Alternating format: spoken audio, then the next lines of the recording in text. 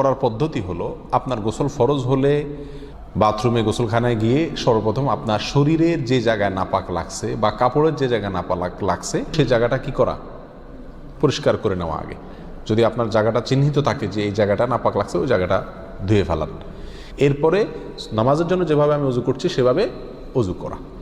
এরপরে অজু করা, হাতের কবজি ধোয়া, এরপরে কুলি করা, নাকে পানি দেওয়া, মুখ ধোয়া, হাতের কনুই পর্যন্ত ধোয়া, মাথা মাসা করা, এরকম অজু করা। অজু করার পরে এবার আপনি গোসল করেন। সেটা শাওয়ার দিয়ে আপনি মাথার উপরে পানি ঢেলে হোক আর আপনার মগ দিয়া হোক, যেভাবে হোক আপনি গোসল করেন। গোসল করা শেষ হয়ে গেলে, গোসল করে যখন বের হয়ে যাবেন, তখন যাওয়ার আগ দিয়া ওই যে পাও ধোয়া বাকি আছে হুজুর, যাওয়ার আগ দিয়া পায়ের ওখানে পানি ঢেলে টাকনো পর্যন্ত পা ধুয়ে ফেললেন, বাস গোসল হয়ে গেল।